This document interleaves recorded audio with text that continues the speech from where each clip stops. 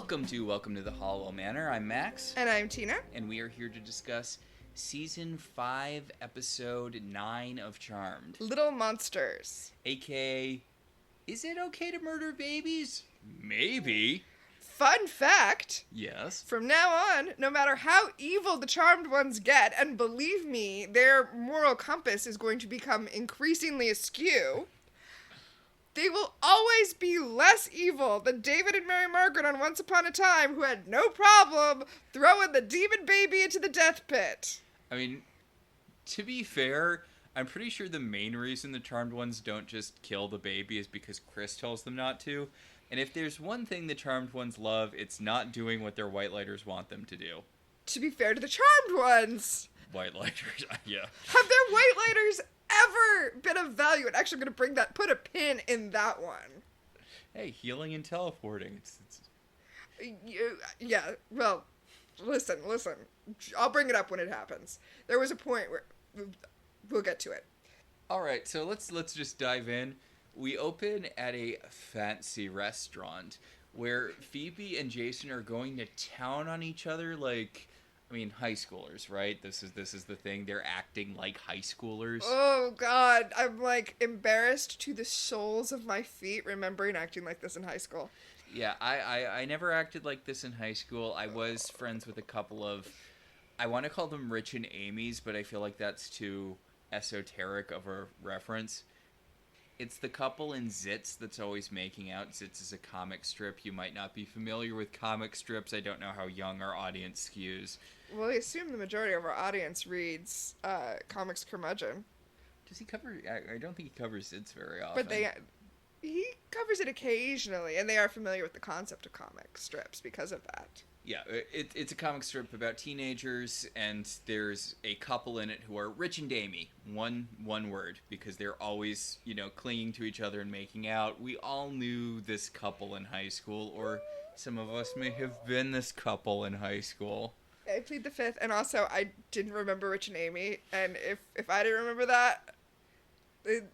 Oh, they're not even a D-list Zits character. I could go deeper than that. I'm just saying that is an esoteric reference, definitely.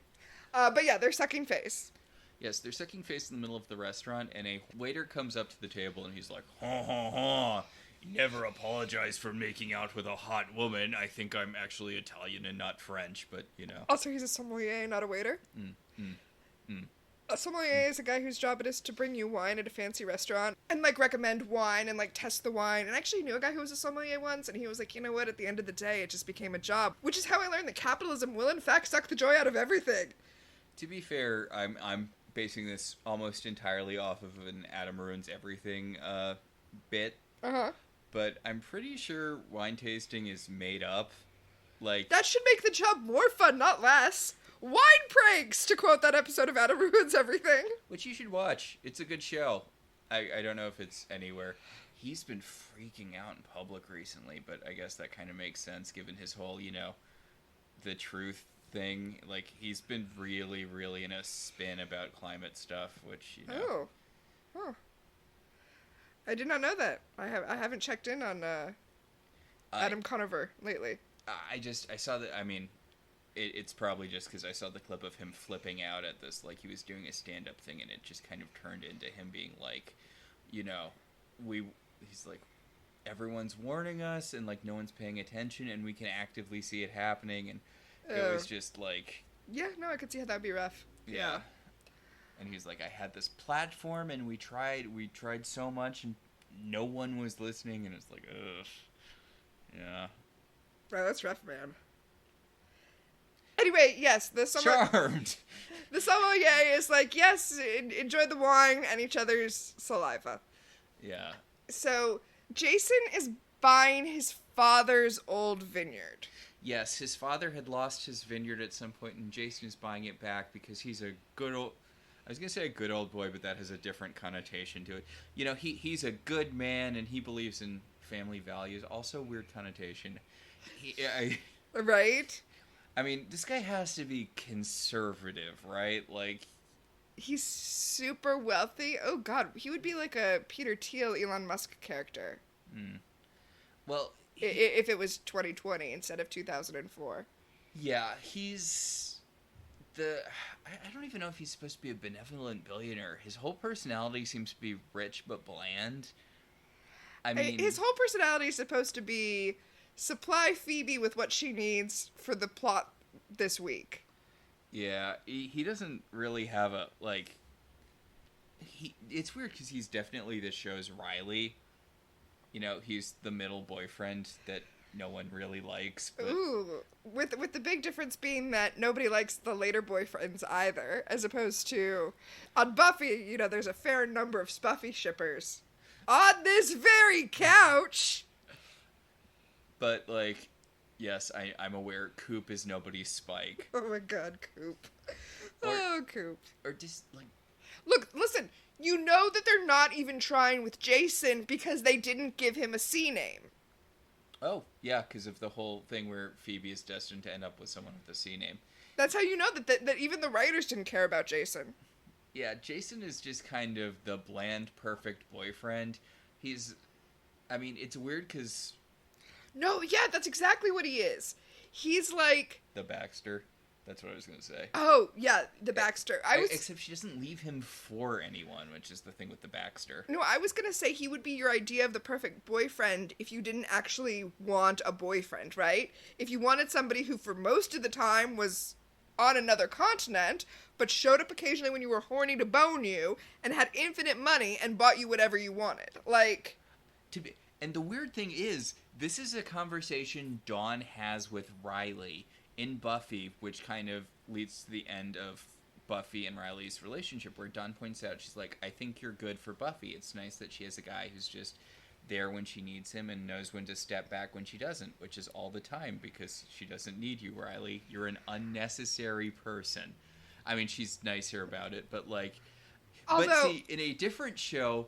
being a bland, perfect boyfriend who can just be put in a drawer except when he's needed is shown as being, you know, psychologically bad for Riley. Yeah. And granted, that plot goes no weird bullshit direction to get him out. They could have just killed Riley or just have him leave. Like, he could have just realized, hey, I don't actually serve a purpose in Buffy's life, and leave. They didn't have to do the weird vampire prostitute thing. But... Yeah, no, they really did destroy his character to get him out of there. Yeah, I mean... But again, to be fair, it was Riley. Yeah, I mean, it was a betrayal of his character, but then obviously the question is, what character? Who cares about Riley? And who cares about Jason? Well, Phoebe allegedly does. Okay, so first of all, Jason is like, I wish my dad could see what I was doing and be proud of me. I hope he knows how much this all meant to me. And Phoebe's like, oh, he knew. Trust me, I know. Because my empathy power also has something to do with knowing what's going on with ghosts. Yeah, I can sense how a dead person felt about you buying a vineyard he used to own.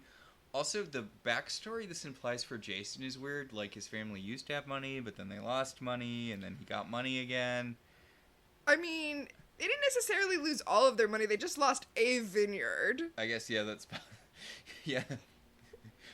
He could have been, you know, lost in some weird rich guy bet or something. Exactly! So... Jason goes on and on about how great Phoebe is because she always seems to, like, know what other people are feeling, even his dead dad.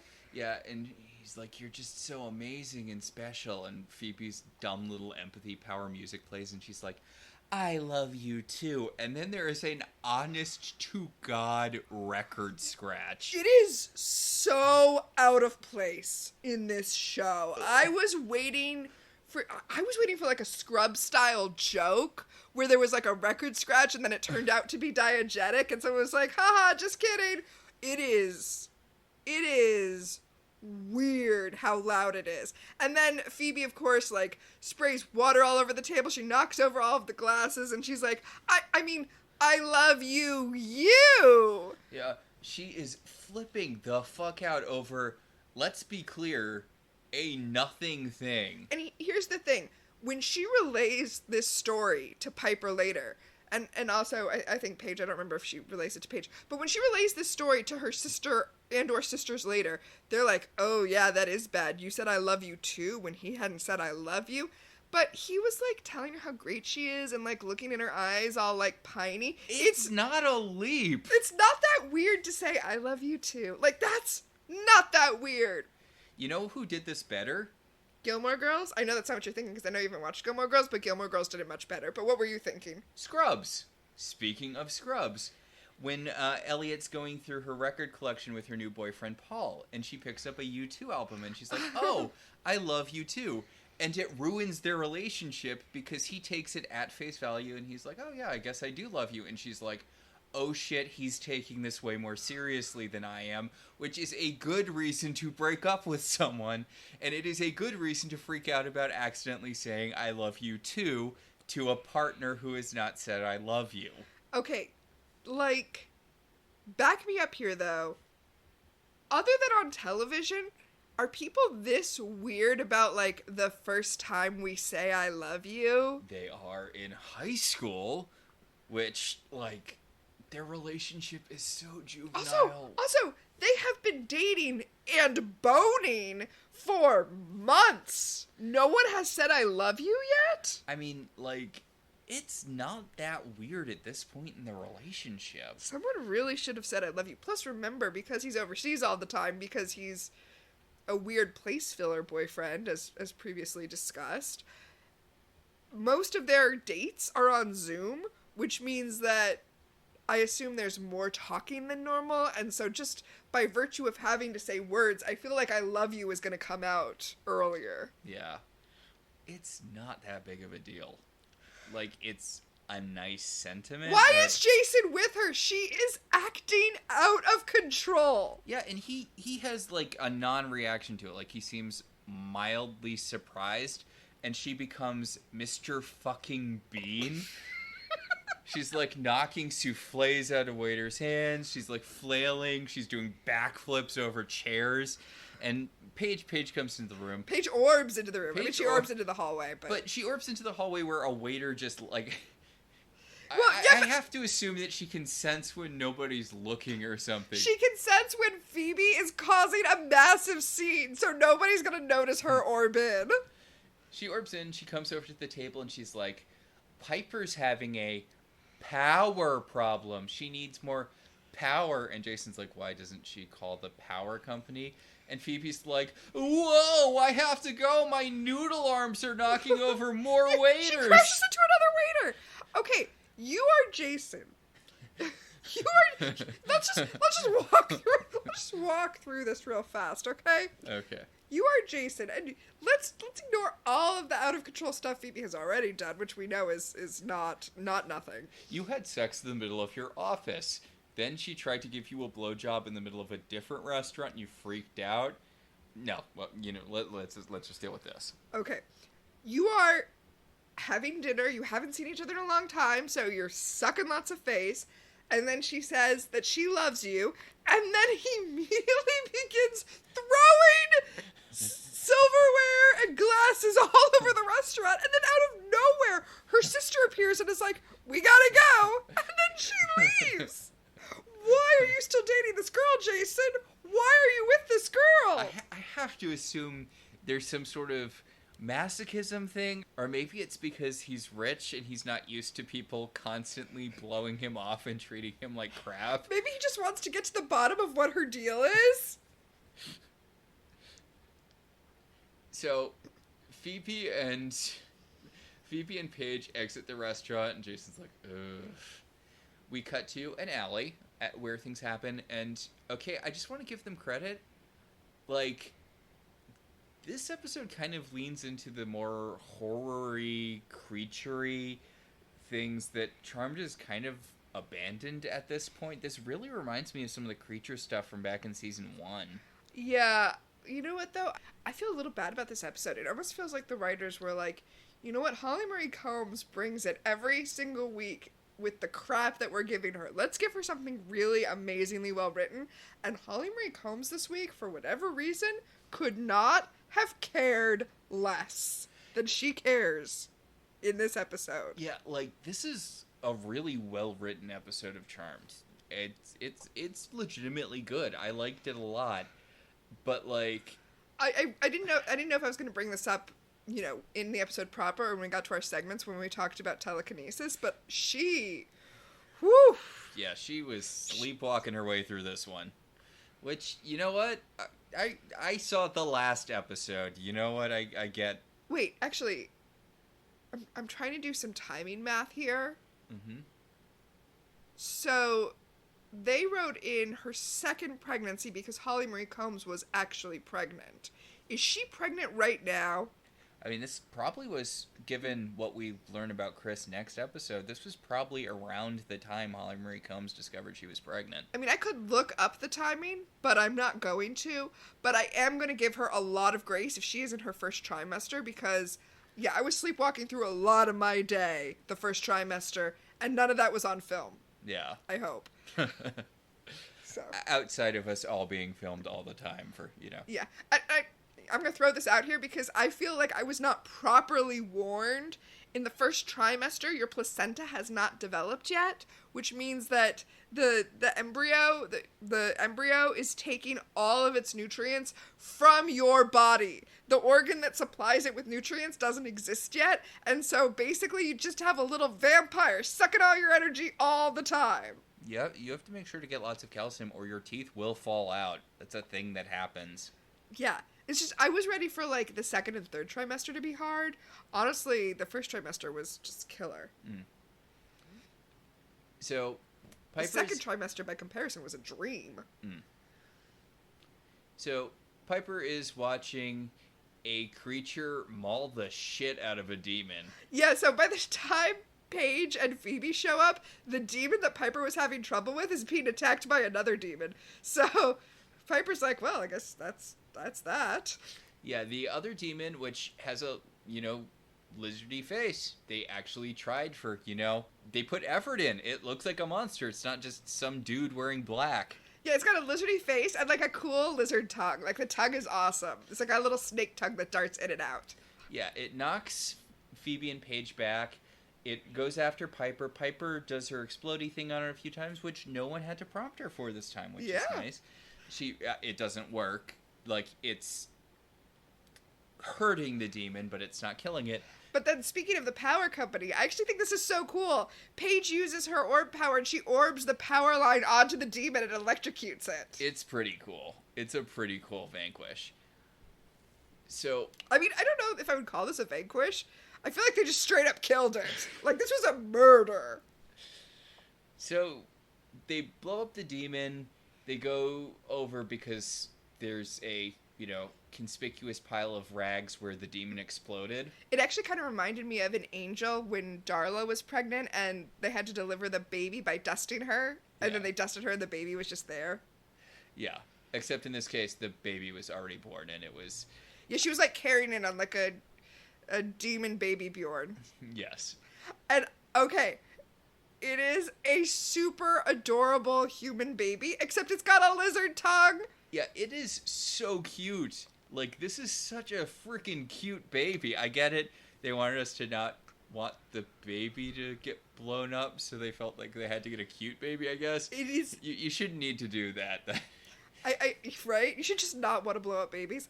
Also, Paige continues to be the witch of my heart when... The baby, like, sticks out its little lizard tongue, and the other two sisters recoil, and she goes, oh, cute. So I'm guessing this episode ran a little short because the credits go on for 5 million years. Ooh, I have a different theory about that. Yes. Was it that they cut out most of Daryl's subplot? Because Daryl has a plot in this episode, which is nice. It's nice to give Daryl a plot every once in a while, but it's very, very bare bones. I have a different theory about that. Okay, go on. What's your theory about the opening credits being so long? So my theory about that is that they had all this extra footage that they shot because they built the Golden Gate Bridge set. Because this is the first episode where instead of White Lighter Land, we see Leo and Chris just go to the top of the Golden Gate Bridge to commune with the elders. This is a running thing for the rest of the show. Yeah, it's weird that this is the episode where it starts. Yeah. I'll tell you my theory about the stuff that feels cut out of the Daryl plot when we get there. So, the sisters have taken the baby back to the manor, where they are trying to figure out whether or not they should blow up a literal baby. It is, okay, it's so cute. It's like chewing on a teething ring and like sticking out its lizard tongue while it chews on the teething ring. And they have it in the pack and play with Wyatt because the two of them are just like friends now. Yeah, and Phoebe points out, oh, it's a super cute baby, except when it does that tongue thing, which is a good way of acknowledging that the only thing that's hinting at this baby being, a demon is the tongue thing. And they try to keep Wyatt away from it, but Wyatt keeps orbiting himself back next to the baby because he wants to be friends. Yeah. And they point out Wyatt is not using his protective shield, so he is not interpreting this kid as evil. Yeah. It's weird. Paige is like, why does he look human? Which, I mean, don't most of the demons in this show right? look like... By the time you got here, Paige, they had given up on makeup. All of the demons looked human as far as you're concerned. Yeah, like, in season 1, yeah, it would make sense that a demon baby would look, demonic. The whole thing in the Wedding from Hell episode was that the demon queen had to marry a human guy so that the baby would look human, which... Demons just look like people later in the show. It's not a thing. But, its mom was a weird lizard thing, so, okay, yes, it's weird that this is just a baby with a weird tongue. Yeah. So, okay. Phoebe points out that they have a moral obligation to kill it because since it is a demon, it will grow up to be evil no matter what. Which, okay, Phoebe, maybe don't bring your weird ex-husband issues into whether or not you should murder a baby. Well, speaking of people who have weird family issues, Paige says that she doesn't believe that people are born good or evil. And... she ties it to being adopted, which is weird, right? Yeah. Because... yeah, she was adopted and raised as a human, and yet here you are, living your witch life at Halliwell Manor because your genes won out. So... yeah, she says she believes in nature versus nurture, and I'm like... nurture versus nature. Nurture versus nature, which, like, shouldn't you say I believe in nurture over nature if you're... not just I believe in a conflict between these two things. Like, you should believe that nurture would... anyway, Paige is the main one who's on team let's not kill the baby. But I think it's also because she's the spookiest of the three sisters, and she thinks it's cute even with the tongue, but the other two just can't get over the uncanny valleyness of it. Well, they're really in three different camps here. Paige wants to, Paige thinks that the baby is morally neutral, and if they raise it to be good, it's going to be good. Phoebe thinks they should just kill the baby. Although she does try to use her empathy power and is unable to determine anything about it with her empathy power. Yeah. Oh, wow! Phoebe's power was completely useless in this instance! But Piper's the real neutral party here. Piper is the most bloodthirsty out of the three sisters, but she is, isn't she? But she's also a mom, and she's like, Whoa. Those two things are not in conflict. It's not she's the most bloodthirsty, but she's a mom. Well... no, I'm sorry. I get what you're saying. In this particular instance, she's like, look, normally I would be all for murdering, any kind of demon, but I recently, I'm a mom, and therefore I think murdering babies is wrong, even if they happen to be demon babies. So, I just want to throw out there that I hope you don't have to bear a child to think that killing babies is wrong. Well, Paige got there without giving birth to a baby. Only because she herself used to be a baby. So, luckily... speaking of people who used to be babies... yes, luckily Chris orbs in, and he's immediately team kill the baby, so all of the sisters form team protect the baby. He's like, what if this is the thing that kills Wyatt? Because remember... turns Wyatt evil. He doesn't say that, though, because... What if this is the thing that puts Wyatt in danger? I don't think he says kills. I think he says, what if this is the thing that hurts Wyatt? Right, but he has not yet revealed to the sisters that the problem is that Wyatt will turn evil.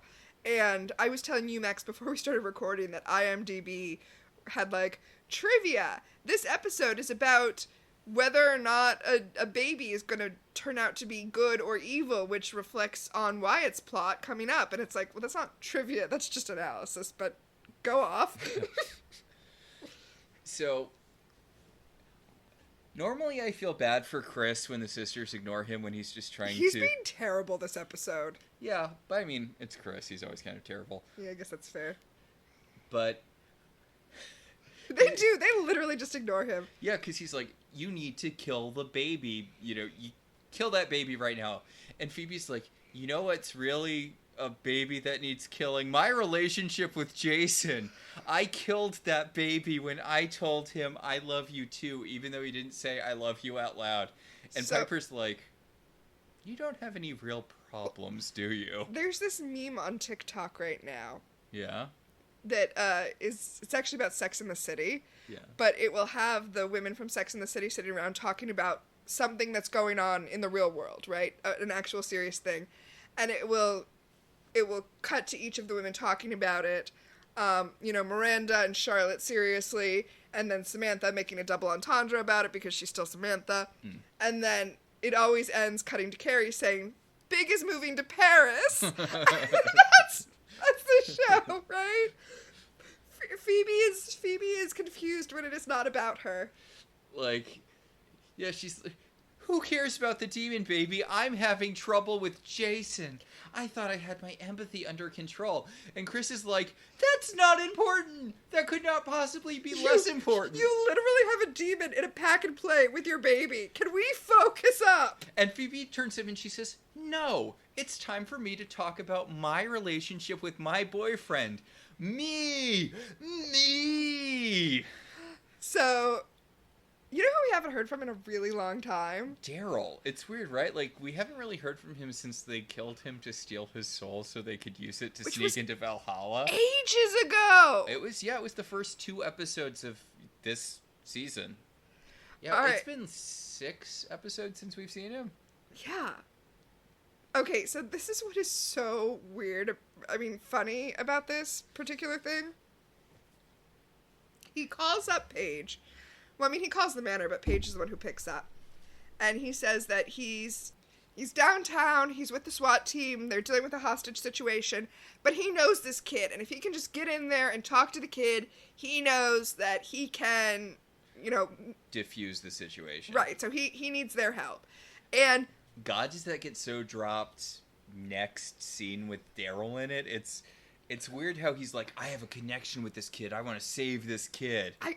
Yeah, after this scene, I'm like, wait, didn't he say he knows that kid? None of that factors in at all to the rest of this plot. It's really weird. But let's be fair. This is, as you know, they say, badly a subplot. So...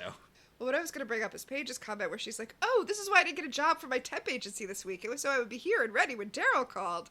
And it's like, way to just call out what the show's doing, Paige. We're already bored with the stupid temp thing. Because we're dropping that pretty soon, I'm pretty sure. Magic School is coming up. Like, I know we still got a little time, but Magic School is coming up soon-ish. There are like 4 or 5 episodes. So, Piper is trying to distract Wyatt from hanging out with the demon baby, and it's not working, and I love that Chris came back from the future, and the main thing he brought was a wide collection of graphic tees. I assumed that he picked those up here, in the present.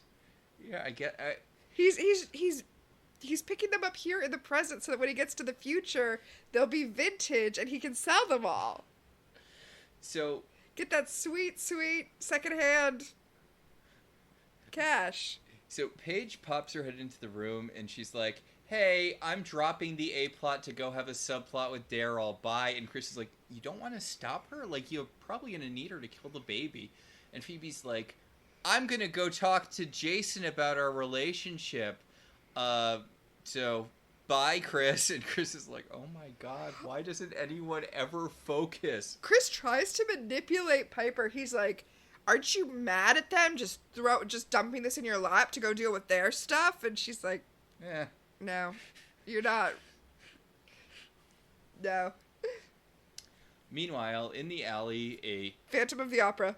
Yes, a hooded figure is wandering around looking for something. Honestly, this character's so Phantom of the Opera coded.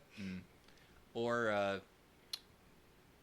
hey, you remember the 80s Ron Perlman Beauty and the Beast? Yeah, the fantasy romance Beauty and the Beast Ron Perlman and some lady were in.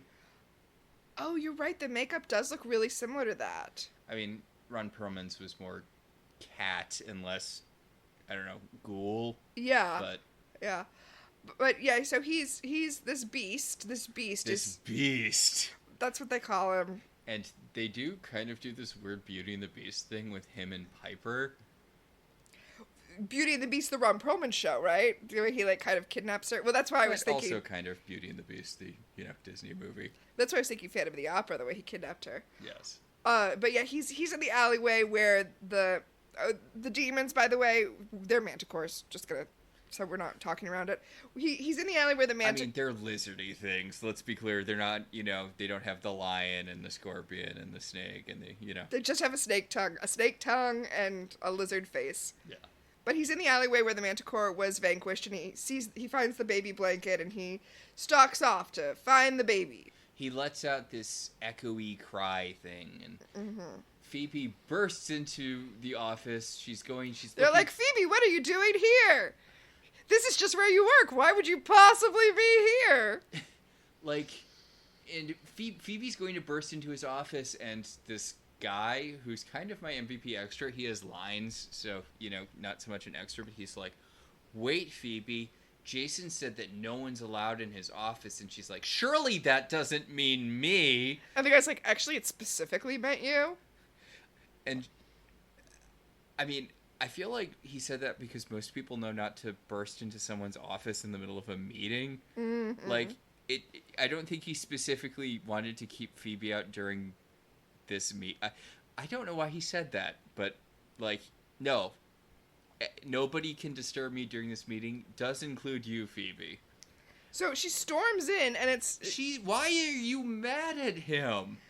Okay, so she's mad at him because he said that she wasn't allowed in his office while he was, it will turn out, talking to the vineyard people that he's buying the vineyard from. And he's talking to them in Italian, and Phoebe's like, you never told me you speak Italian! She's mad that he didn't tell her that he speaks Italian. Also, he's like a globe-trotting billionaire, Phoebe. I'm sure he speaks several languages. He speaks Mandarin.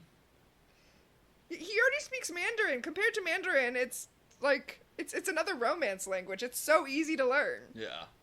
I mean, whatever. Yeah. If you're already an omniglot. Yes. Or polyglot. If you already have an aptitude towards learning languages, which he obviously does. Yeah, and he tells her, she's like, what are you doing, Jason? And he's like, I'm flying to Rome, and she's mad about this, and he's like, it just came up. And she's like, it just came up right after I told you I loved you? Oh my god. Oh my god, Phoebe. You knew he was doing, you didn't know he was going to go to Rome, but, he just spent several months in China. This is not a new thing in your relationship. Also, he was buying the vineyard. Yeah. It's not that weird that he might have to fly off to deal with stuff about the vineyard. In person. And she's like... Which he says, you knew I was going to deal with this vineyard thing. And she's like, that's just an excuse. Ciao, Jason. And she storms out. Why are you mad? Okay, what's funny about this to me is that her thing with Jason that she's going to stay on the whole episode is how Jason needs to, use his words to say his emotions out loud, by which she just means she wants him to say I love you. But...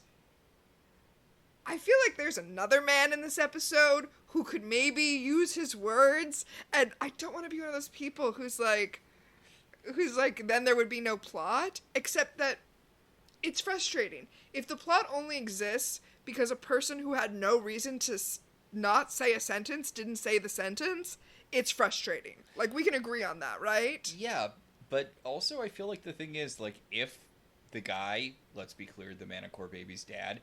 If he just explained the situation, it really wouldn't change that much. He'd have Piper on his side slightly sooner, but I feel like the rest of it would probably play out the way it did. Well, I mean, slightly sooner we will get to it, but slightly sooner would have been, even 15 minutes sooner would have made a big difference in how the plot shakes out. I mean, honestly, they could have done more of a misunderstanding thing on his part. He couldn't know that, maybe he doesn't know witches are good. maybe he just assumed they were another group of demons who were after this baby.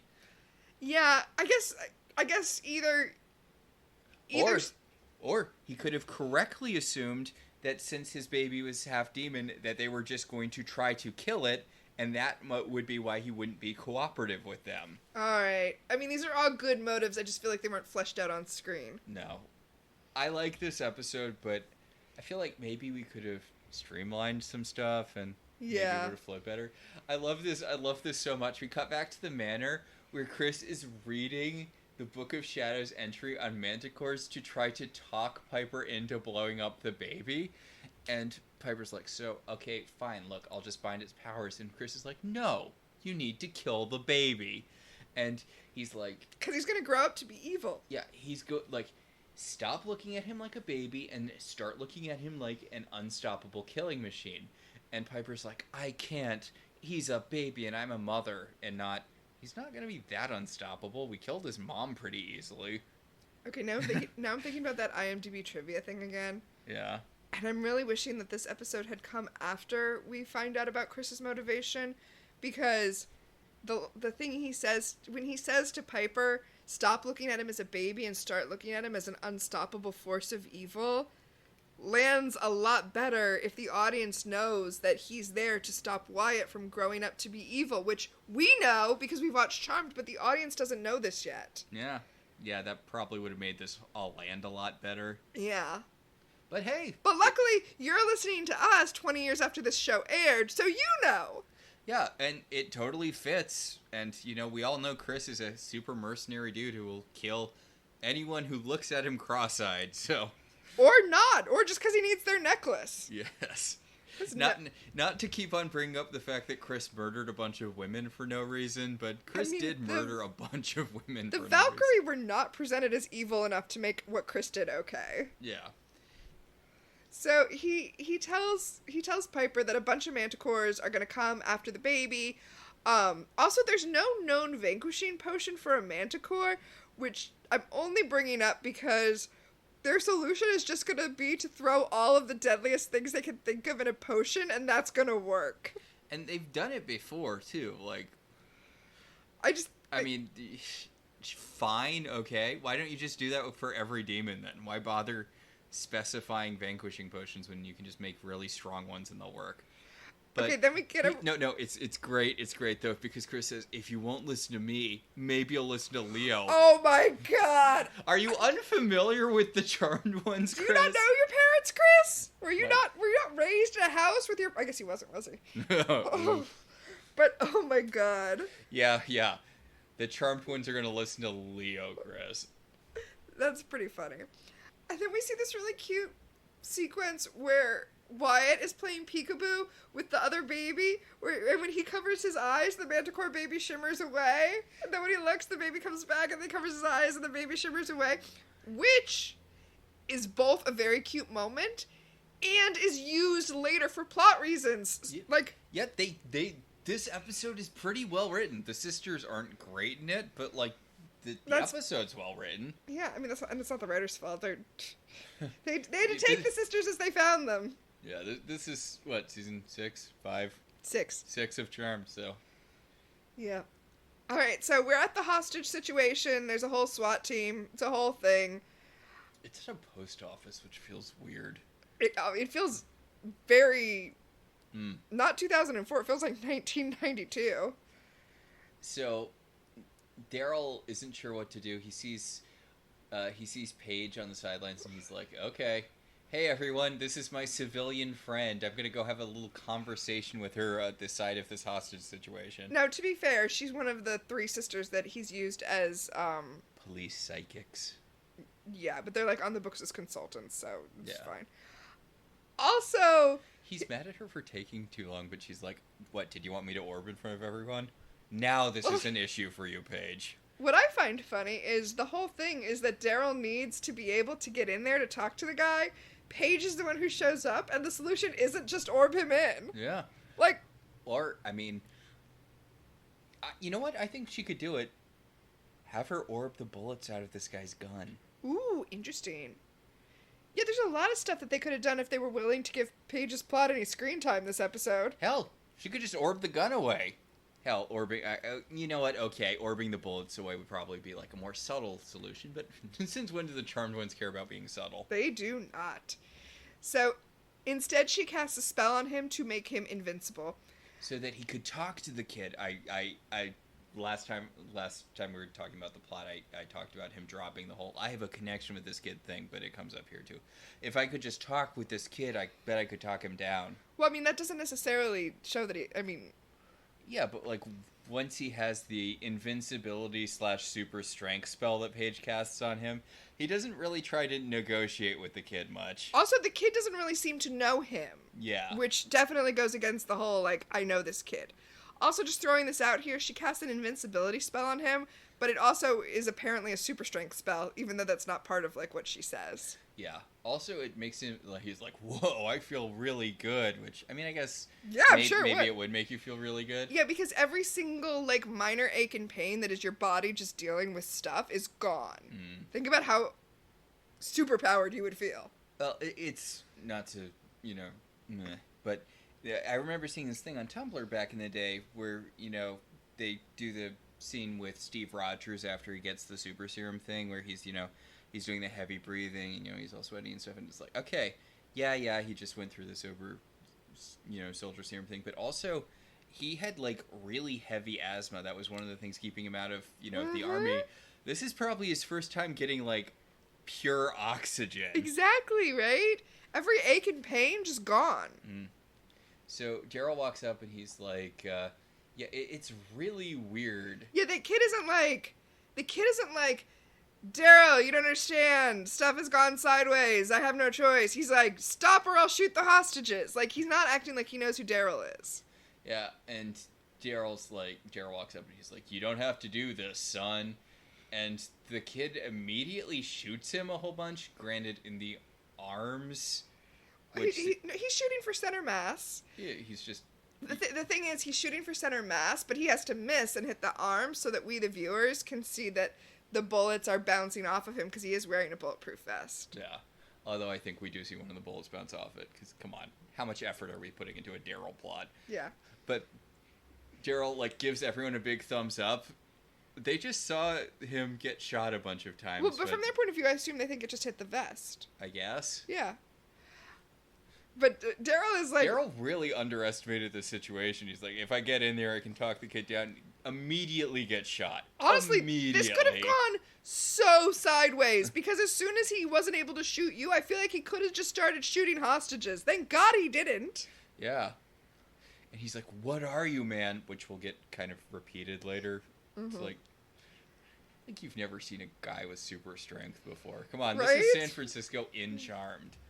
But we're finally here. We finally got one of the iconic Charmed locations. Yes, we are now atop the Golden Gate Bridge, where Leo goes to commune with the other elders without actually having to go to the White Lighter set, which, let's be honest, doesn't look that great.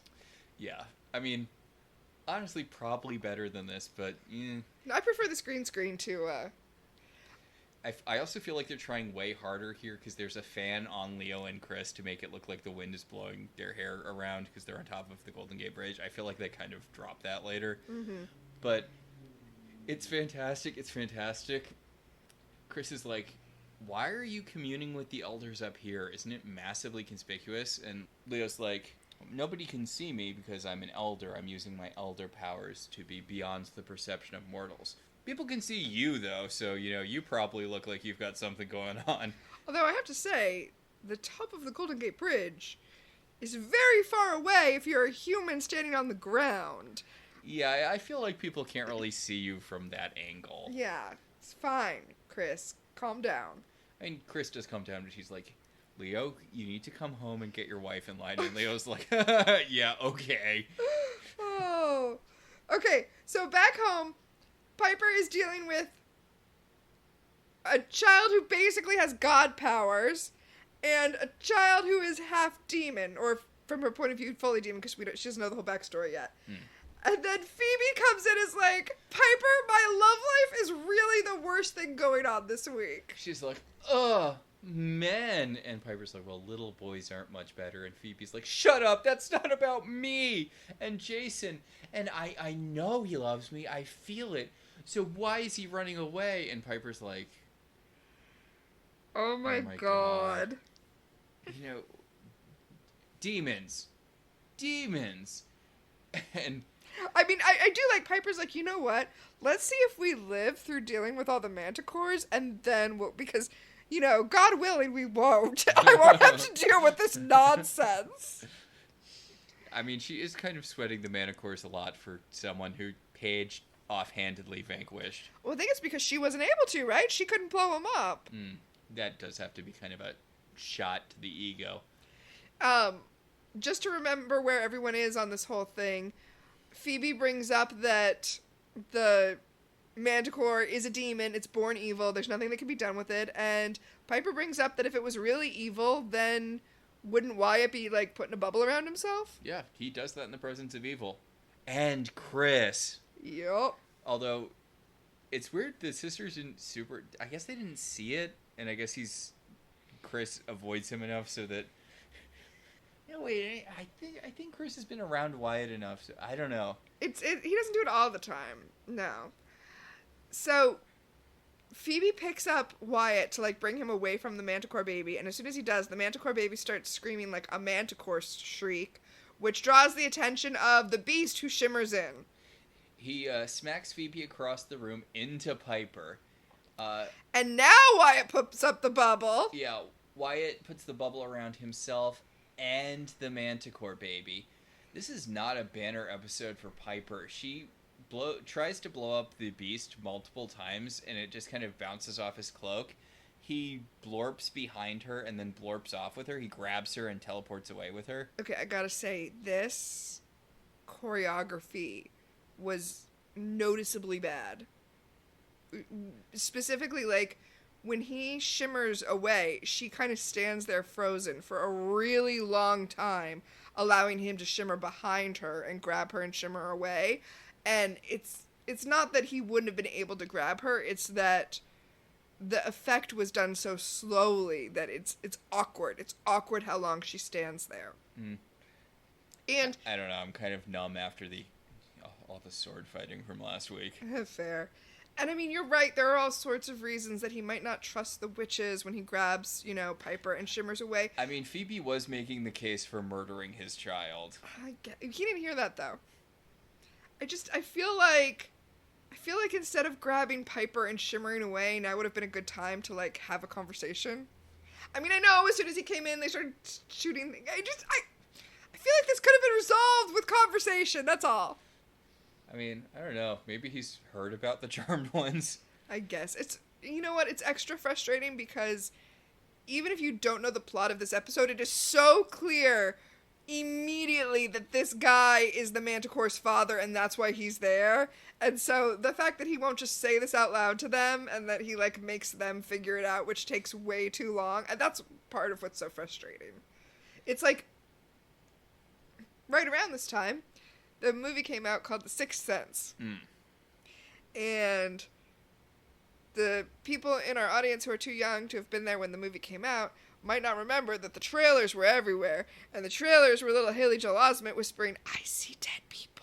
Which is all well and good, except that's a reveal that happens like an hour into the movie. So for the whole first hour of the movie, it's like, what's going on with this kid? Why is this kid being so weird? It takes forever to, like, establish that that's what's going on. Really? I remember that being a thing really early in the movie. It is not. It is not.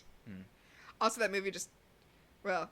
I mean, the twist is supposed to be that Bruce Willis is dead at the end of Sixth Sense. Yeah, it's not supposed to be a twist. It's just a poorly paced movie. Look, Wow. listen. I am an M. Night... Harsh on M. Night Shyamalan. I am an M. Night Shyamalan hater, and I have no bones about it.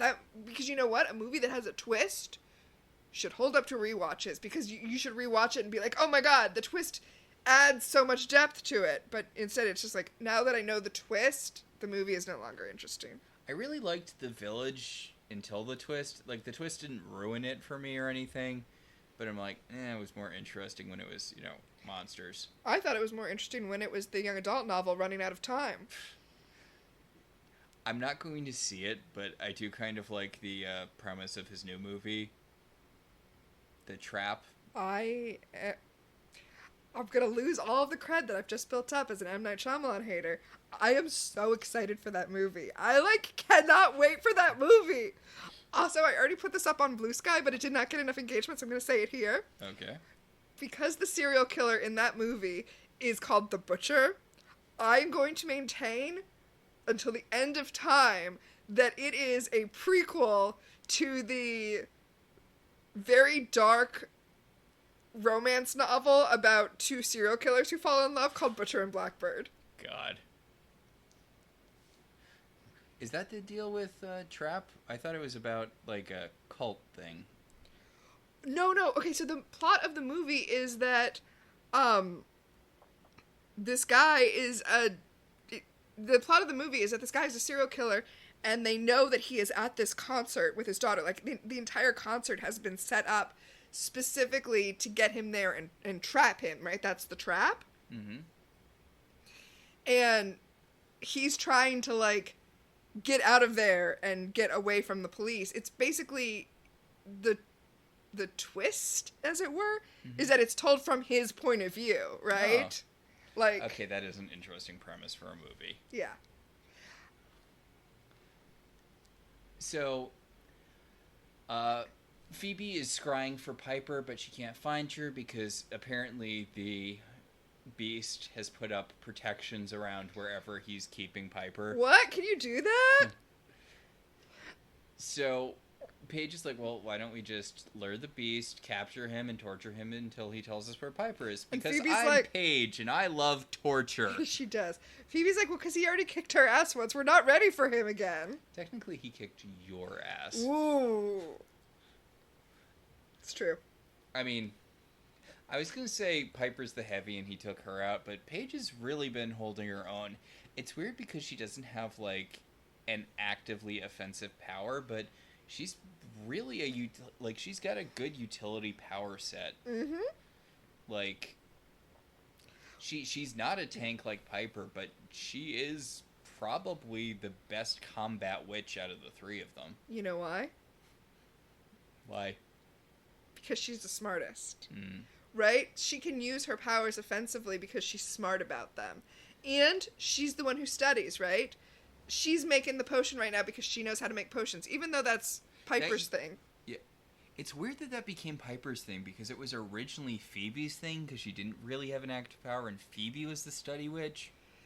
Yeah, now Phoebe's the witch who's having sex with Jason. Honestly, it's weird because, yeah, Paige has definitely taken over as being the study witch. Well, I mean, Phoebe lost all of that when she became, like, it all became about her and Cole. Like, and then it became all about Ask Phoebe. Mm. So, don't worry, everyone. The men are here. Oh.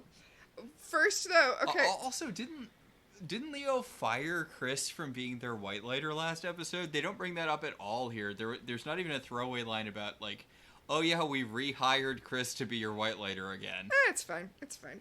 Before they get through, though, Paige is like, well, we know that the Beast hasn't killed Piper because we all still have the power of 3. I mean, she doesn't say that, but I assume that's why she knows that Piper's not dead. So he's clearly just holding her hostage for leverage so that he can negotiate with us so that we can return the baby. So, we got this on lock. And Phoebe's like, how did you know so much about hostage situations? And Paige is like, well, I just picked some stuff up during the 3 seconds that I was there putting a spell on Daryl. Seriously, you were there for, like, a minute. But, yeah. So, Chris and Leo orp into the attic, and Chris is like, oh god, Piper's missing. They're like, yeah, something got her, and he's like, the Manticores? And they're like, no, someone else, and he's like, I was gone for 10 minutes. I do feel bad for Chris. He's trying so hard to keep them alive, and they are resisting him at every step of this. Chris is like, Leo, tell them! And Leo's like, look, demons are evil. They're not born neutral like humans. And they're like, shut up, Leo. And Paige is like, you can't judge a kid based on who his parents were. And Chris is like, it's not a kid. It's a demon. Like, remember those demon children you helped the angelic ice cream man kill? And Paige is like, No, I wasn't there for that. Oh man, I had forgotten about that episode. Yeah, they killed a bunch of kids in that episode. Yeah, you're right. Anyway, okay, Leo's like, well, you know what? I'm just gonna take my baby and bring him up to the elders. And they're like, well, as soon as you take Wyatt away, the Manticore baby's gonna start screaming, and then all the other Manticores are gonna be drawn here. And Leo's like, well, I hope you're ready for that. And then just storms away! Like, he literally does not give them a second to prepare. What a dick. He really is. So Leo and Chris orb away. With Wyatt. With Wyatt. And the Manticore baby's distracted, I guess. the Manticore baby's asleep. So theoretically, they can prepare while the baby is sleeping and then wake the baby up when they're ready. You know, because famously, babies stay asleep for as long as you need them to. So Piper's tied up in a dilapidated house, and the demon, the beast, is skulking around, and it's like in the shadows. This is what felt so Phantom of the Opera to me. Oh, yeah. The way he's like skulking in the shadows, and she's like, "Come out where I can see you," and he like just runs from shadow to shadow. Yeah, he's ducking behind walls, and Piper's like, "Oh my god! If you're worried about scaring me, I've seen worse. Come on." And, you know, I don't want to hurt you. And, you know. Oh, I misinterpreted. I don't think I misinterpreted. Like, I interpreted that moment differently than you did. Yeah. Where you were like, you interpreted it as her comment being, because she says, are you trying to scare me? About being like his face, right? I interpreted it as being like, her being like, oh my god, can we stop with like the theater? Well, no, I think you're right there. I think that's the... Like, stop being, like, oh, so dramatic. And that's one of the reasons why I'm frustrated that he didn't just say something to her, because she is, like, she is, at this point, signaling so hard how she's ready for him to just fill her in on the plot so that she can get shit done, because she's a mom now. Just tell her what's going on and she will get shit done. This is where we're getting real Beauty and the Beast, because, you know, he pops out and she recoils, and he's like, I knew it. No one could ever love a face like this. And then he ducks behind a lamp. And she's like, look, why do you want the baby? Because if you want to, like, eat him, then I'm not going to give you the baby. And he's like, I'm not going to eat the baby. Would he actually? No, that's not what he says. He says, that's not your concern. He says, that's not why I want him. But he also said, she says, tell me why. And he says, that's not your concern. And it's like, well, if you want her to help you, it is. Like... you know what? I'm just frustrated by people not opening up. And, like, he asks how she got, you know, the baby away from the demon. And she's like, we vanquished her. Can you just tell me what's going on here? And he's like, yes, it is frustrating. He's like, no, you just have to give me the baby or you'll die. And she's like, And she blows up she's been kind of like trying to cut the binds, but then she just blows them up. I thought what she was doing was getting them loose enough that she could do this motion with her hands to blow them up. She tries to get out the door, but someone warded the door so that you can't escape. Weird. What a novel idea. So she just hides in a different part of the room. And this is the part that I think you were saying feels real horror movie-ish. Okay. We're back at the hostage situation. And this is where I was going to bring up my theory about the hostage situation. Okay. I feel like there were scenes that should have taken place inside the hostage situation that didn't get shot or something. Because we should see Daryl in there interacting with people, interacting with this kid that apparently he knows and can talk down. But instead, all we do is cut back to the post office. And all the hostages are running out, and they're like, yay, we're free, everything's okay, even though you hear gunshots. And then Daryl comes out with, like, the kid in handcuffs and is like, yay, I fixed everything, give me a promotion. I'm super cop. Yeah. So, I feel like they were, like, they ran out of time and couldn't film the scenes, like, inside the post office or something. That's my theory. My theory is they ran out of time with this episode and couldn't film the scenes inside the post office. I have no evidence for that other than what I am seeing on the screen, or rather not seeing. Okay, is Daryl supposed to be, like, high off of the magic here? Because he's like, Hey everyone, I got it. Everyone give me a high five. I got the guy. I got him. I'm awesome. I'm Daryl. High fives all around. Yeah, it's like a testosterone high. He gets ready to throw the kid into the police car, and he accidentally tears the door off, and then he like tries to subtly, like, he tosses the kid in, and then he tosses the kid through the car, and he knocks the other door, and the kid's like, what the hell is wrong with you? It's a good question. So Piper is, running through the house, digging through the Beast's personal possessions, and she sees a shattered image of a handsome man, and this is, You're right. This is exactly the scene from Beauty and the Beast where Belle finds the slashed portrait. Yeah. Okay. You know what? I'm going to save it for a little bit later. But yes, we see a nice picture of a handsome-looking man that has been smashed. Mm-hmm. And she's like, huh?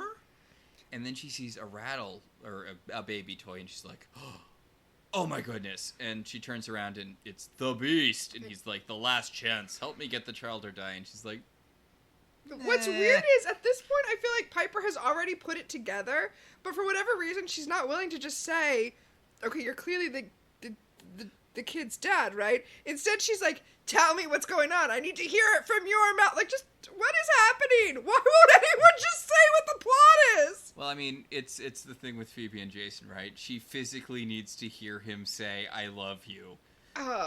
Especially because she's like, you're not going to kill me. You would have already done it. And he's like, I could do worse than kill you. I could separate you from your child. Like, what? Will someone please just say out loud what the plot is so we can move forward? Yeah, especially because they both know what the situation is. It's so frustrating. Anyway, he shimmers away and leaves her trapped in the house or whatever. So, this is the most powerful potion the Charmed Ones have ever made. Yeah, because they got Paige now. She's Super Witch. So, why don't they just use... Why don't they just use this forever on everything? Yeah. Yeah. Okay, so... Oh my god. Everyone shut up. Jason's calling. Fuck you, Paige, and your vanquishing potion. Jason's calling. No, but for real, right? Because Phoebe is on the phone with Jason, like... shrieking at him. She's standing on top of the demon baby, and she's like, Jason, fuck you for not being more emotionally honest. Fuck you for running away to Italy. And the baby's starting to wake up. And it's like... Why are you screaming at Jason directly on top of the baby? You could be standing anywhere else in this room right now. Or you could have just not taken the call from Jason when you were getting ready to fight demons. Yes. And I know that you were basically ready for this showdown, except not really, because all the Manticores showed up and kicked your asses. Luckily, the Beast shimmered in and literally ripped out their hearts. Like... It's pretty cool. Like, your vanquishing potion barely touched them, but the Beast reaches into their chest and pulls out their hearts. One of them very conspicuously leaves a puddle of Dayglow blood on the floor, and then the rest of them blurp out. Yes, and then the Beast is able to go and grab the baby because Wyatt isn't there to put up a shell anymore, and Paige sees a vial of the vanquishing potion on the other side of the room. Mm-hmm. And is like, oh, we can vanquish this beast here. And instead of orbing it over to her to vanquish the beast, she says, Phoebe, go get that vial. Does she forget that she can orb things? I feel like a lot of episodes would be shorter if Paige remembered her powers. But she's not like Piper. She doesn't need someone to shout Piper, blow him up. She'll orb shit over to herself all the time. I'm sorry, it just really stuck out to me when she's like, Phoebe, go get that vial. Phoebe, who is laying down on the floor behind me because the Manticores knocked her over, stand up and run across the room to grab the vial that I could easily teleport either into my hand or at this guy, at the Beast. The only logical answer here is that she was trying to get Phoebe killed. You know what? Good for her. She was like, yeah, power of 3, whatever, but also, on the other hand, I never have to hear about Ask Phoebe again. Oh, I'm so empathetic. the whole fate of the world, the responsibility of balancing evil, or I don't have to hear about her problems with her super rich boyfriend who loves her. Ugh. Decisions. So the Beast picks up the baby. Phoebe manages to throw the potion at his back, which burns him a little bit, but does not kill him. The most powerful potion they've ever made. So I guess this is why they don't just use it against everyone in the future. Yeah. And then he shimmers away with the baby.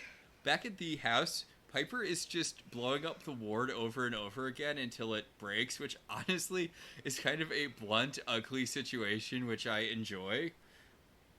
I like how she's like, you know what? I bet I can break this spell by just blowing it up over and over again, and it works. You can just brute force your way through magic if you're powerful enough, which Piper clearly is. And then she opens the door to see where she is, and she's, like, in the middle of the suburbs.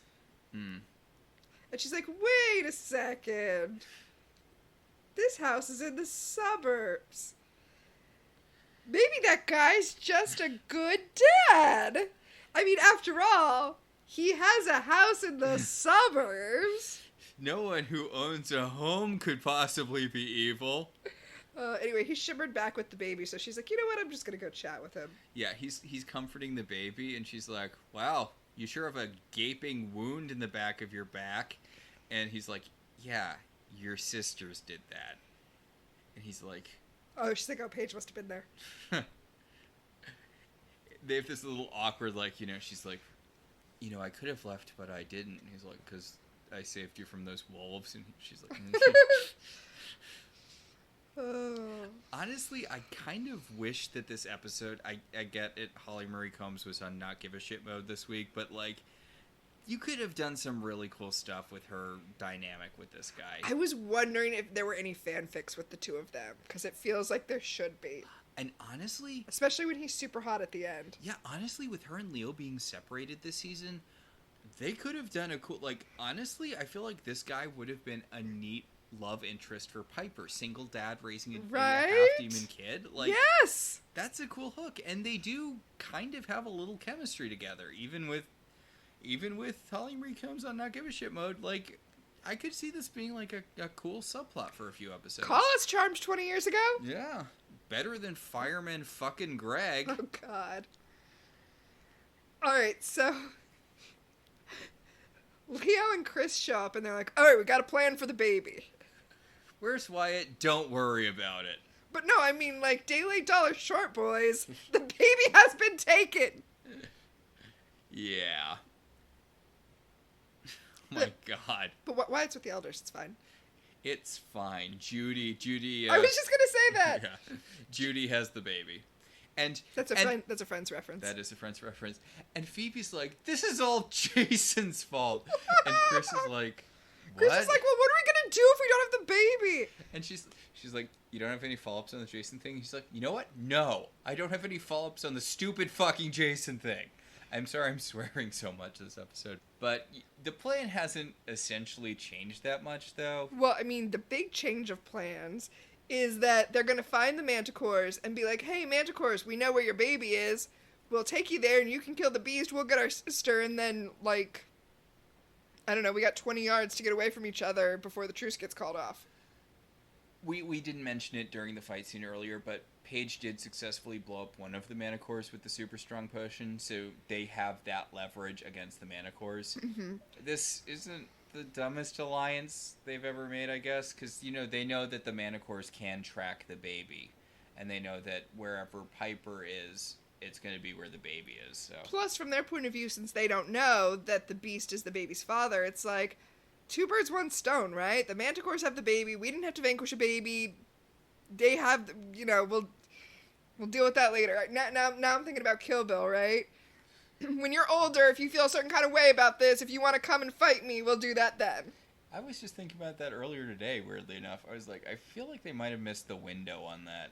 Because I know Quentin Tarantino was planning on making a follow-up movie to Kill Bill about, Vivica A. Fox's daughter seeking revenge on Beatrix Kiddo. I feel like back in 2020, there was some talk about it, and there was, like, a reason, and they were like, yeah, we can't do that. We're not going to do that movie. But yeah, they filmed the her young footage at that time in preparation of bringing the same actress back to do it when she was old enough.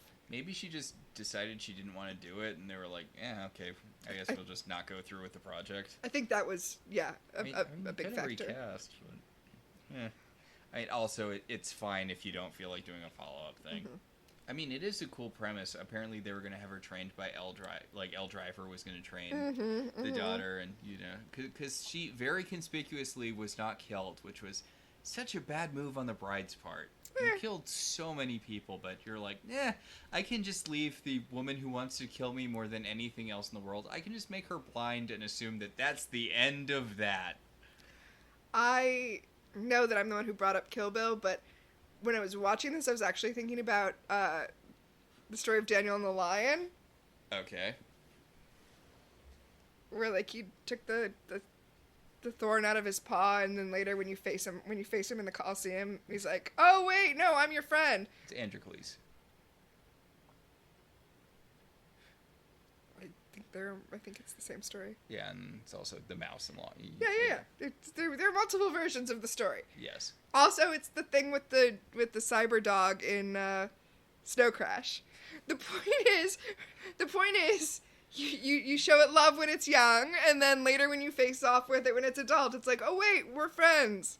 Not the Fox and the Hound. Mm. So Piper's having a heart-to-heart with the Beast. It's literally the scene from Beauty and the Beast. She's dabbing at his wound with water, I guess. I think it's like rubbing alcohol. Iodine. Yeah. And they have the whole, he's like, ugh, it stings. And she's like, well, it wouldn't sting if you weren't squirming. So it is that scene. And Piper's like, look, if you're up front, then maybe we could help you. And he's like, you don't know my story. And she's like, you could tell me your story. He flinches when she's tending to him, and she's like, what kind of demon are you? And he's like, I'm not a demon at all. And she's like, wait, I saw this picture in a room of a man. Are you that man? And he's like, you can never understand my story, even though you basically just said it out loud. Yeah. She's like, I've been around a lot of demons, and they don't usually live in a home out of home and gardens. Like, they don't usually live in the suburbs. And it's like, I mean, some of them probably do. Right? Like, how often are you in the suburbs? Yeah. I mean, I know Cole lived in, like, a penthouse, but he lived in, like, a normal house. A normal penthouse. Like, a normal apartment. Yeah. And... Also, what about all those demons you were engaged to? Where did they live? Yeah. Probably normal places, otherwise you would have figured out that they were demons, I hope. Yeah, remember Jeremy? I'm sure Jeremy had a regular-ass apartment somewhere. Exactly my point. So she's like, okay, clearly you were human at one point, then someone did this to you, and he's like, you don't know my story, just leave us, just go. And she's like, leave us? You mean you and your son? It's weird. Oh my god! It's weird that this is played like a reveal when it's clearly been the situation for forever. That's why it's so frustrating.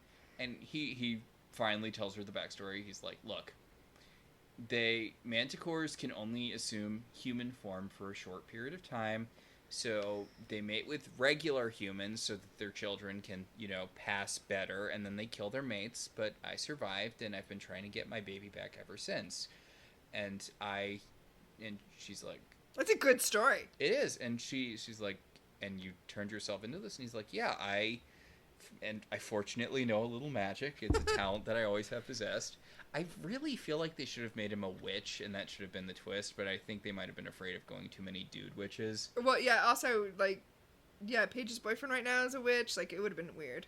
But he mentions, like, I knew enough of the craft to create potions to make myself, super strong, to give myself these powers at the cost of my humanity, but it was worth it to to try to get my son back. Not critical at all about his backstory. His backstory is fine as far as I'm concerned. Mm-hmm. But, they could have had him, because he was in he mated with a manticore. Like, he had some sort of connection to the demon world. Like, they could have had him be dealing with a demon power broker. Yeah. There's a lot of stuff, but, again... That's not the part of the story I have problems fleshing out. Like, that part is fine. The part I have a problem with is, why didn't you tell this story 20 minutes ago before you got hit with the potion? But yeah, he's like, look, I did all of this stuff so I could rescue my baby from his mother and from the other demons that want to just turn him into one of them. No. I know he's part demon, but he's part human too. He's my son and I love him and I'm going to protect him from the world.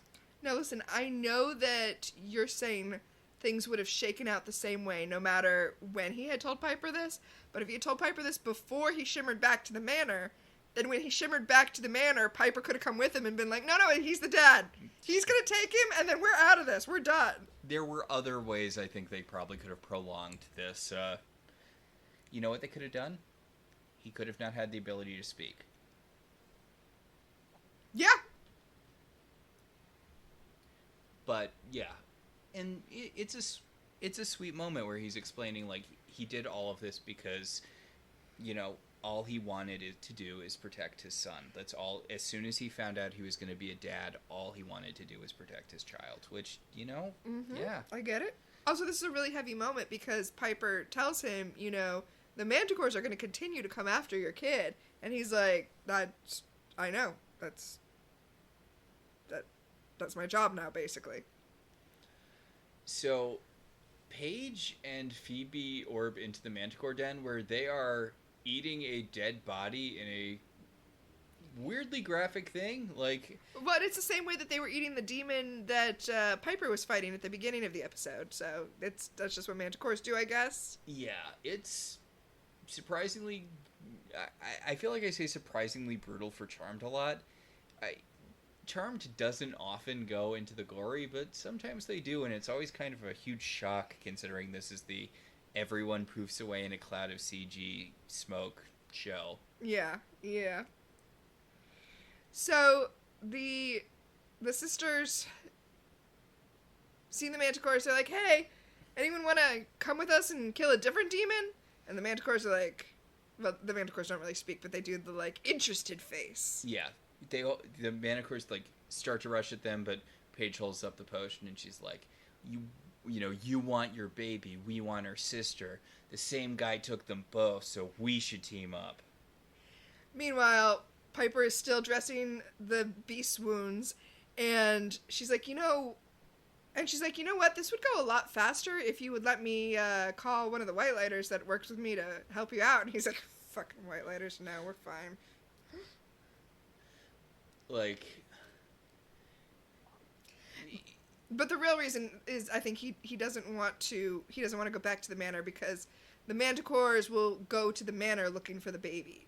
And he's also concerned. He's like, look, I know what you're going to want to do. You're going to want to turn me human again, and I can't do that. I need to be this to protect my kid. Interesting when we're talking about, like, the nature of good and evil and how, like, is a demon inherently evil or not, and I guess by the rules of magic, whatever he has turned himself into is inherently evil, even though we all agree that what he's doing is unquestionably good. But by the rules of magic, it's evil, so Leo won't be able to heal him. I think that's interesting. I think he's more concerned, rightly, that being healed will strip him of this. Like, that he will lose all of his demonic aspects. I thought he had to give this up in order to get healed. Huh. Because I mean, that's also fair, because we know Leo can't heal demons. Yeah. I mean, either or, like, he's like, look, I can't give this up because then I will lose my kid to the Manticores. And Piper points out, if you do not get this treated, you will die, and then who's going to protect your kid? And he's like, well, aren't you, Little Miss Sunshine? It's fantastic, though. Phoebe and Paige orb in, and they throw the super powerful vanquishing potions at the beast, and Piper just casually blows them up midair. This is another thing where I'm like, if she had just, like, 15 minutes earlier reached out to her sisters and been like, hey, by the way, guess what's going on? You have cell phones. We know you do. Can a cell signal get out of the wards that he cast around the house? Well, she blew up the wards. Oh, yeah. Just call your... Hell, texting exists in this time period. Call your sisters and tell them what's going on before they I mean, she had no way of knowing they were going to show up and start throwing vanquishing potions at people. So, the Manticores rush in. They throw Piper to Phoebe and Paige and then start wailing on the beast. Yeah. Like, they bum rush him. They're all beating the crap out of him. Paige orbs Phoebe and Piper back to the manor, and Piper's like, no, we go back there and we handle the situation. No. I was upset to see the baby, like, crying alone in the crib while all this is happening for a show that is so, like, let's get Wyatt out of here and leave him with the elders so nobody in the audience has to worry about what's going on with Wyatt. They, like, just let us see this baby, like, in danger, in so much danger. To be fair, the Manticores don't want to kill him. They just want to raise him to be an evil demon. Yeah, you're right, that's fair. You're right, nobody wants to kill the baby at this point, except Chris. So they orb back to, the guy's house where he's been brutally beaten by manticores. Who have taken the baby. Who have taken the baby, and the baby is gone. And he turns back into a human, and Piper reaches down and brushes the hair away from his face and says, I told you so. You should have let me deal with this earlier. You dumb, dumb asshole. So Paige orbs them back to the manor, and they call for Leo, because Leo can still heal, Yeah, they're like, hey, this human-looking guy, this is what the beast is, so heal him.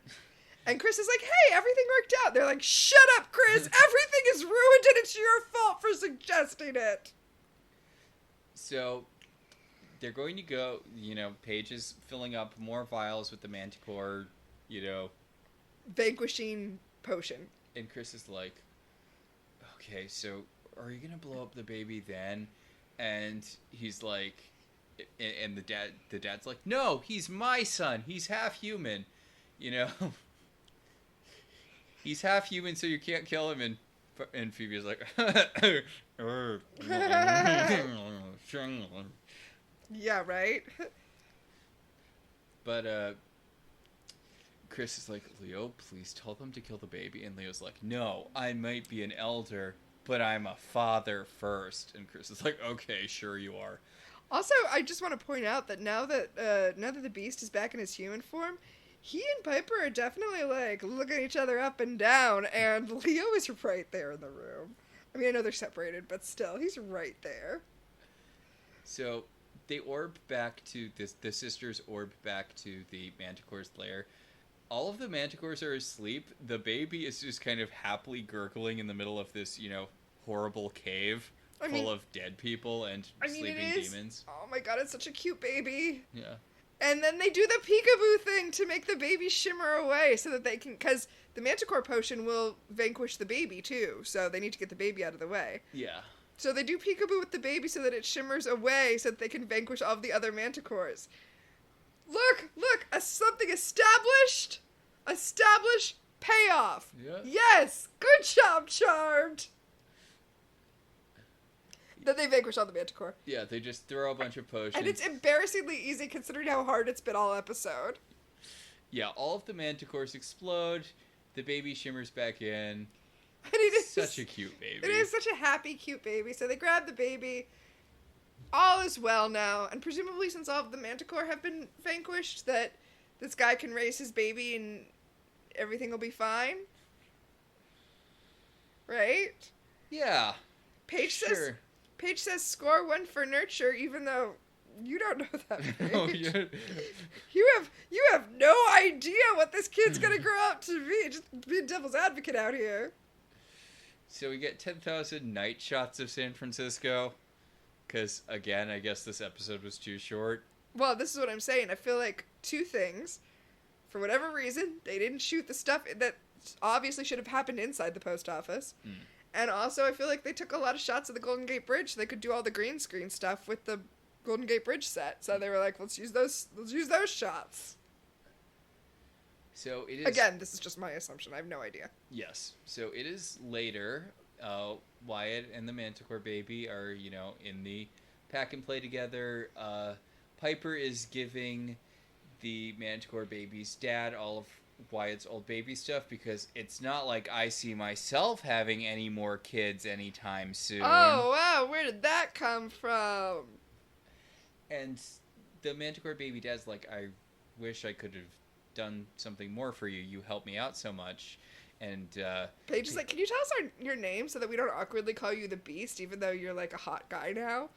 Yeah, and he's like, my name's Derek. And Paige is like, and what's the baby's name? And the guy's like, I turned myself into a horrible monster to try to save him from his demon mom. I didn't really have time to, like, mull over baby names. Which, I mean, I feel like you would probably at least think about that a little bit.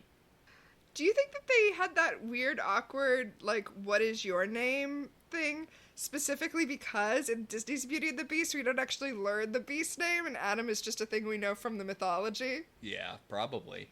They were like, the fans are going to need something to call him when they write their fan fiction about him and Piper hooking up.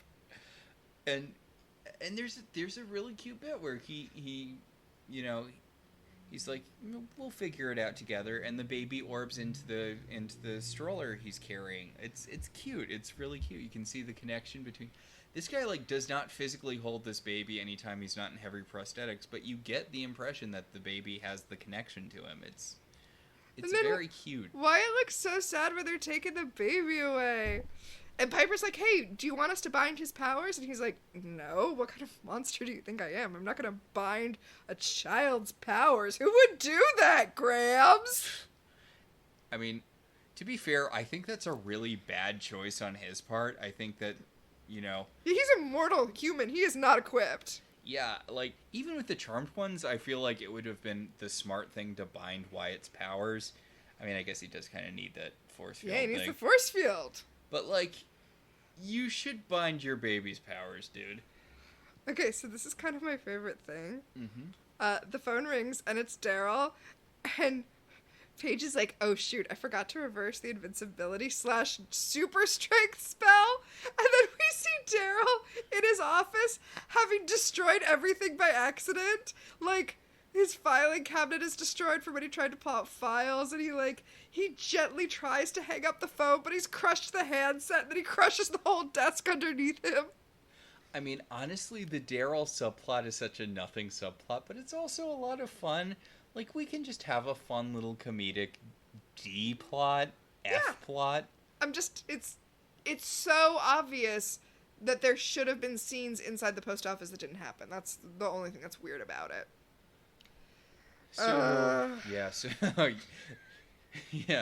So Phoebe's come to the office to, I guess... stare forlornly at Jason's empty office. Oh, I assumed it was to yell at him more.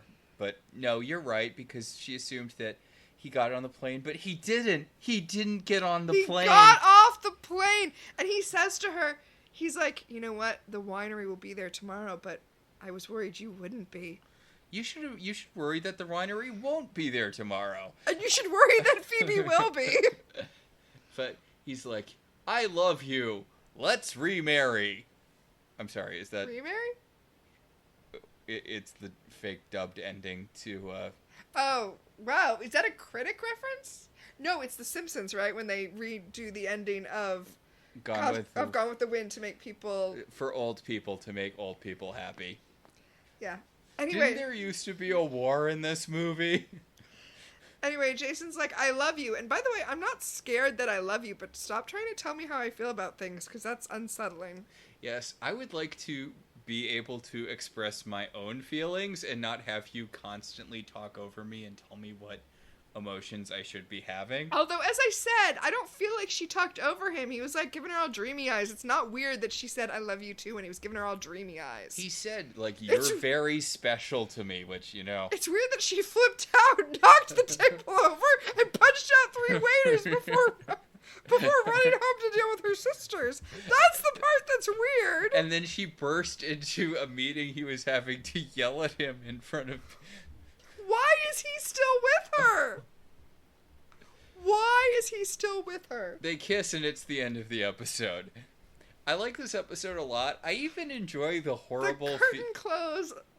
The curtains close on a kiss, God knows we can tell the end is near. That thing that you just said. Yeah. Oh my god. No, I really enjoyed this episode. I really did. Even the terrible Phoebe... The bit where she blames everything on Jason, which makes no sense. No sense. I also kind of love how little Paige and Piper care about her plot. Like, Piper actively makes fun of it. She's like, I love you too, when Phoebe's leaving at one point. Oh, this episode. Yeah, I had a lot of fun with this one. But get ready for fun to stop, because next week we're going to talk about Crisscross, the Chris episode where we find out about Chris. I mean, I am excited about this. I love Chris. Well, yeah, I know. I'm like, what are you talking about? It's going to be amazing. Although this also introduces Bianca, Chris's Phoenix Witch fiance. Oh, no. Okay. And the thing is, I'm not a fanfiction person. Like, that's not really my thing. But I am given to understand that this character and the whole, like, Phoenix Witches thing is incredibly popular in the Charmed fandom. There's, like, apparently a lot of fan work about her and, like, the secret order of witch assassins. You know what's really weird is I am a fan fiction person. I love fan fiction, and I have really not delved into Charmed fan fiction. Which is, I mean, like, it does seem like a honestly pretty fertile area for exploration. Yeah, like, I've just never really, I don't know why I never have delved into it. Anyway, you just gave your summary of it, which is Chris's whole thing. Yes. But the Peacock summary is, a mysterious woman from the future arrives to take Chris's powers. The power of 3 is endangered. God, you could put that at the end of, like, more than half of the episodes of Charmed. I know, right? Isn't the power of 3 endangered whenever any of the sisters is in danger, therefore any episode? Also, any episode where they have interpersonal conflict with one another, because they lose it when they argue too much. Yeah. But, yeah. Much like the Charmed ones, we have our own power of 3. The first power in our pack is Premonition, who in this episode is, was, or will become famous. I didn't have anything... Okay, so the guy that was holding the hostages at the post office, who Daryl apparently knew, but then I guess didn't. Yes.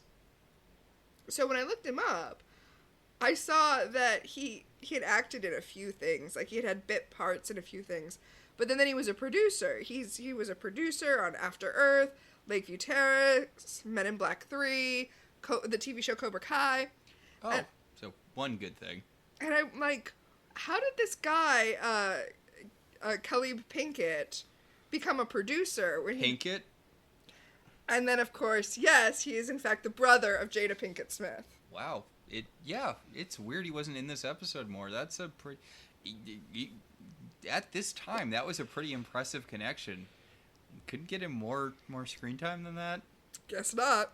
Okay. Okay, I'm sorry, I just have to tell you what's really weird. Yeah. I am on IMDb to read off these credits here. Mm-hmm. And IMDb lists under his personal details as his relatives, Willow Smith niece. That is technically correct. Why is that the top one that's listed? I don't know. IMDb is weird like that. I mean, Jada is the third one down, right? It's Willow Smith, niece, Jaden Smith, nephew, Jada Pinkett Smith, sibling. Yeah, you think that would... the opposite there. And of course, nobody cares about poor Trey Smith. Poor Trey Smith. He should have tweeted really weird stuff. Actually, I think he's a DJ. I think he's happy with his life. Or, whatever. Yeah. That's my premonition. Oh, you weren't going to do the thing with Bird Notice? Oh, Okay. Yeah, I didn't have anything, so we'll move on to the second power in our pack. Time Freeze. What specifically dated this episode? I mean, this episode, everything was pretty, tightly contained to the manor, the house in the suburbs, and outside the post office. And I feel like by keeping all of the action limited like that, I didn't really have any time freezes. I mean, honestly, the whole Beauty and the Beast homage thing does feel like it should be a time freeze, but it should be a time freeze for, 10 years earlier than this. The time to do a Beauty and the Beast parody was in, the mid to late 90s. Yeah. Yeah. I'm parody is probably not right. Homage. Yeah, homage. You know what? I'm gonna say this episode was timeless. No petals falling off that rose. All right, and that will take us to the final power in our pack, telekinesis. What, if anything, genuinely moved you?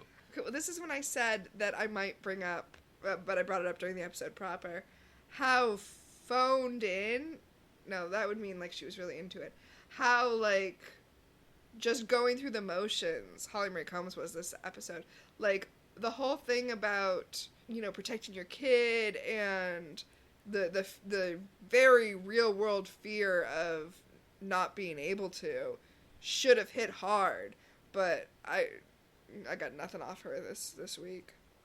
Well, it's a scene with Holly Marie Combs in it, but honestly what hit for me was the dad's speech about how, like, because the whole bit where Piper assumes that someone did this to him with a curse, and he's like, no, I did this to myself to protect my child. Like, when I found out I was going to be a dad, all of my priorities changed. Like, yeah. That, and, you know, maybe it's because I'm a dad, so I'm a sucker for that sort of thing now, but, like, the whole thing where, yeah, your kid becomes the most important thing in your life, like, yeah, it worked on me. It is a cheap button, but you can press it and I will, you know, it works. Yep. That's fair. That's totally fair. All right. So I think that'll about do it. I think that'll do it. Our show's partially listener supported. If you want to be one of our supporters, you should head over to our website, www.welcometotelevision.net, and click on our Patreon link. We'd like to thank our current $5 and above patrons, Beryl, Patricia, Rosa, Ryan, Maricruz, Benjamin, Kate, Jen, Dan, Anthony, and Daniel. If you'd like to support the show in other ways, you could always rate and review us on Apple Podcasts. It helps other people find the show. If you want to talk about this episode, or any episode of any television show, you can find us at Blue Sky at Welcome to Television, or you can email us at ilovetelevisionzines@gmail.com. So until next time, I'm Max. And I'm Tina. And this has been Welcome to the Halliwell Manor.